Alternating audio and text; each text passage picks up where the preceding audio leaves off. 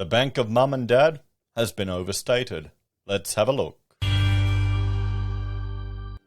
Hello everyone, Florian.Heise here, and welcome to another episode of HeiseSays.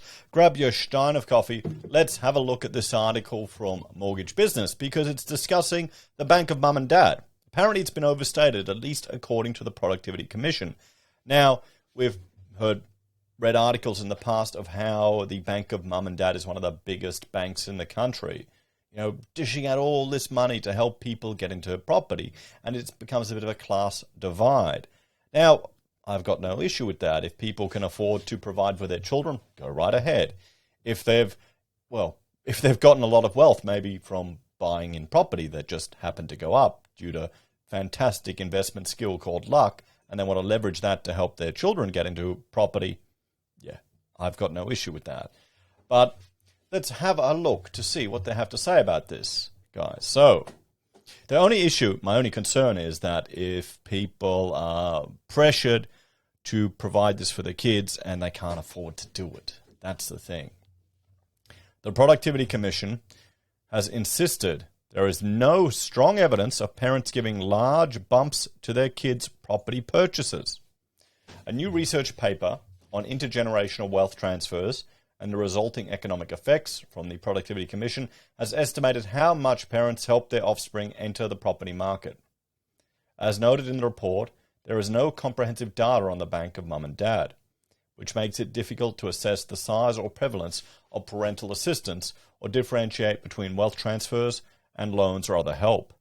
Parents can help their children enter the housing market via loans or gifts, acting as a formal guarantor on a mortgage application to avoid lenders' mortgage insurance, or provide rent-free housing to boost savings in addition to leaving an inheritance.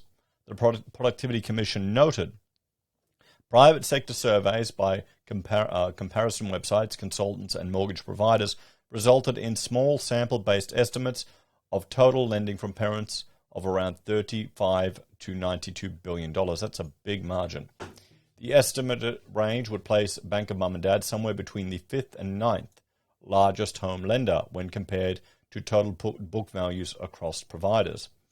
But the Commission stated that it could not find strong evidence of large transfers from Bank of Mum and Dad and gifts or guarantees from parents that help children buy a house, despite popular belief.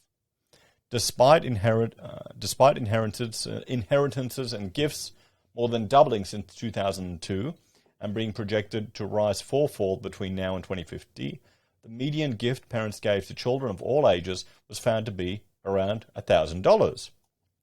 In 2019-18, the total value of gifts from parents to children was around $12 billion, with the number of recipients increasing from around 750,000 people in 2002 to 2001 to 1.5 million in 18-19.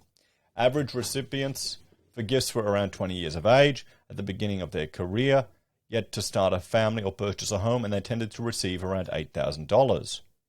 Information provided to the Commission by CBA and Westpac, which have a combined 50% total mortgage market share, showed home loans assisted by parental guarantees accounted for less than 5% of total settled loans per year at both banks. On average, mortgages with parental guarantees accounted for around 2.5% of total settled loans at CBA since 2017 and around 4.6% at Westpac since 2016. Taking their 3.5% weighted average across CBA and Westpac, the Commission calculated that if the same proportion of loans in Australia were guaranteed and the average guarantee would be worth 20% of the loan, then the total value of guarantees would be around $13 billion based on aggregate housing and investor loans outstanding in September 2021. Meanwhile, more than $120 billion in wealth was transferred in 2018, with the aggregate annual value of wealth transfer more than doubling in real terms since 2002. Slightly less than $1.5 trillion has been transferred since 2002. More than inheritances, asset price growth, particularly for housing, had a much greater impact on wealth inequality. Productivity Commission Lisa Grope noted inherited wealth only contributes around a third to the persistence of intergenerational wealth, with the rest coming from other things parents give to their children, including education, networks, values, and other opportunities. That's one thing Dave Ramsey talks about all the time in their big study on self-made millionaires.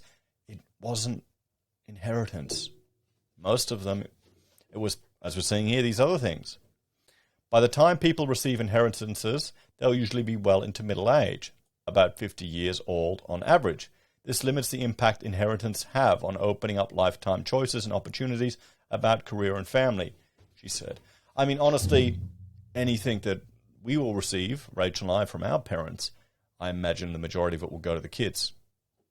That's just how it's going to be. Nothing wrong with that. You want to try and keep it in the family. Gifts, on the other hand, tend to be much smaller and flow to younger people just starting out in life. Close to 90% of transferred wealth, around $100 billion in 2018, was in the form of inheritances passing on following death. Around half of all inheritances went to the children of the deceased. Most of the remainder went to surviving spouses or other family and friends, with around 2% went to charity.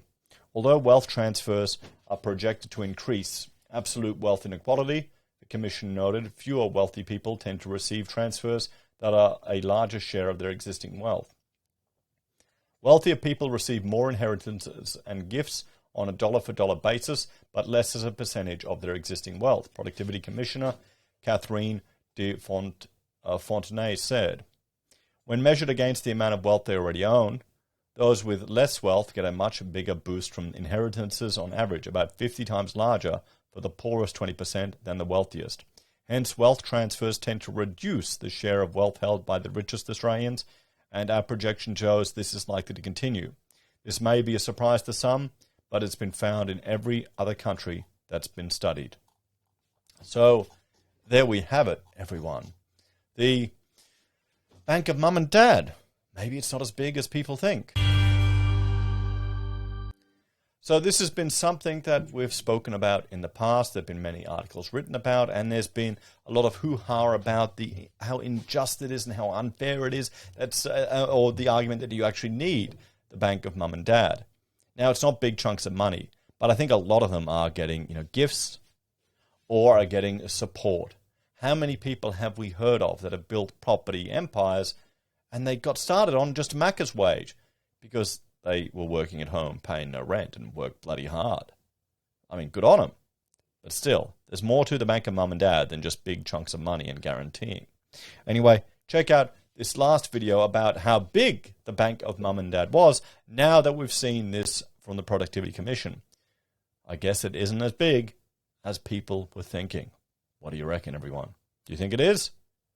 Or do you think, well, it's a bit overblown? Take care, and I'll see you all next time. Bye for now.